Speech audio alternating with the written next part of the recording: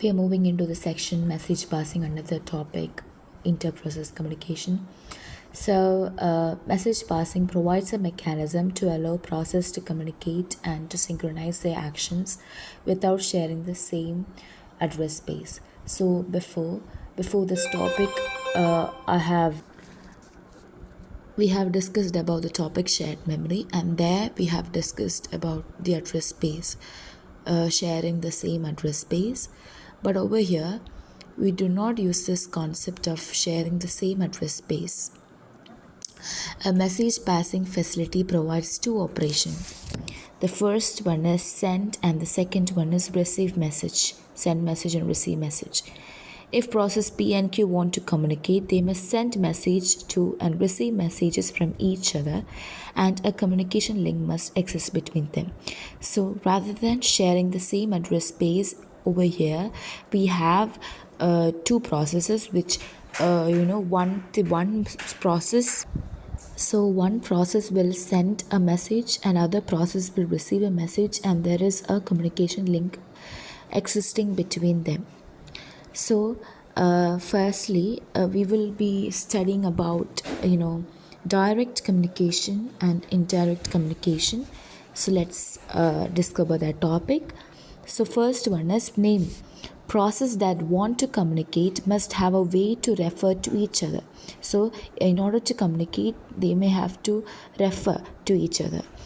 They can use either direct or indirect communication. So under the direct communication, each process that wants to direct must explicitly name the recipient or sender of the communication. In this scheme, the send and receive are defined. So over here we can see send P message, that is sent a message to the processor P. So we are specifying the name over there. And then we have receive Q message, that is receiving a message from the process Q. That is we are specifying the name over there. Symmetry in addressing, both the sender process and the receiver process must name the other to communicate. Yeah, we are specifying the names over here. That is, we have symmetry in addressing. Asymmetry in addressing means one will be getting name and other will be getting ID.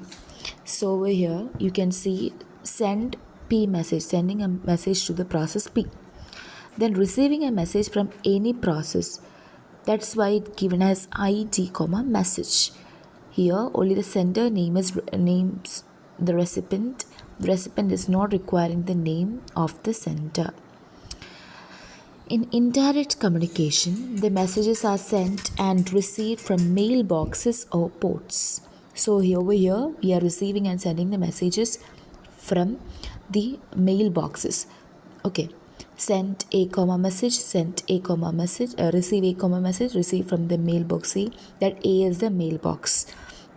OS must provide mechanism that allows the process to do the following: create a new mailbox, send and receive messages through mailbox, and after that we need to delete a mailbox. Then after that we have synchronization topic.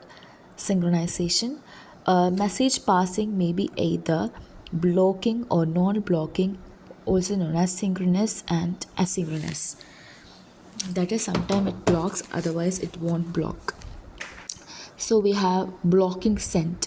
The sending processor is blocked until the message is received by the receiving process or by the mailbox.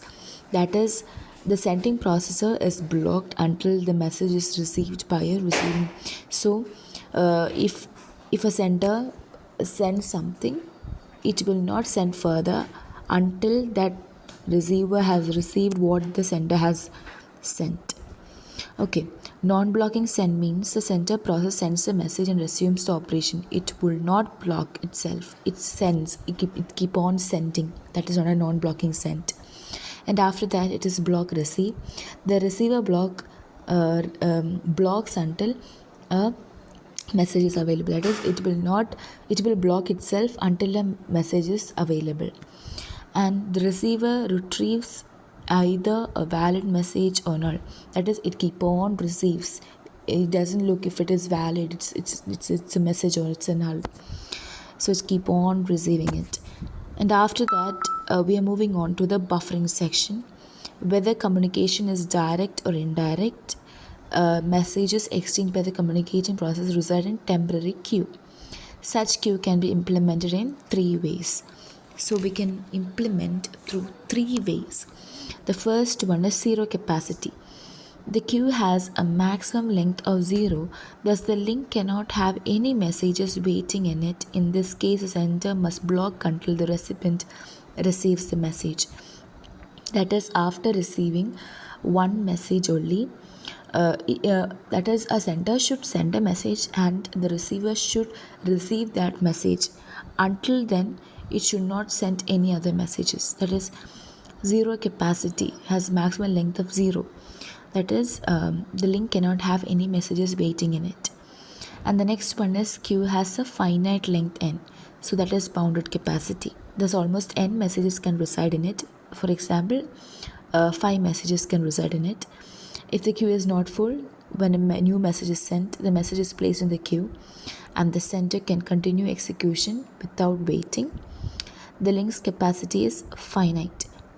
If the link is full, the sender must block itself until there is a space available in the queue. Unbounded capacity means the queue length is infinite.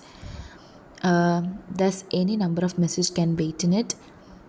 The sender never blocks. So this was based on the temporary queue.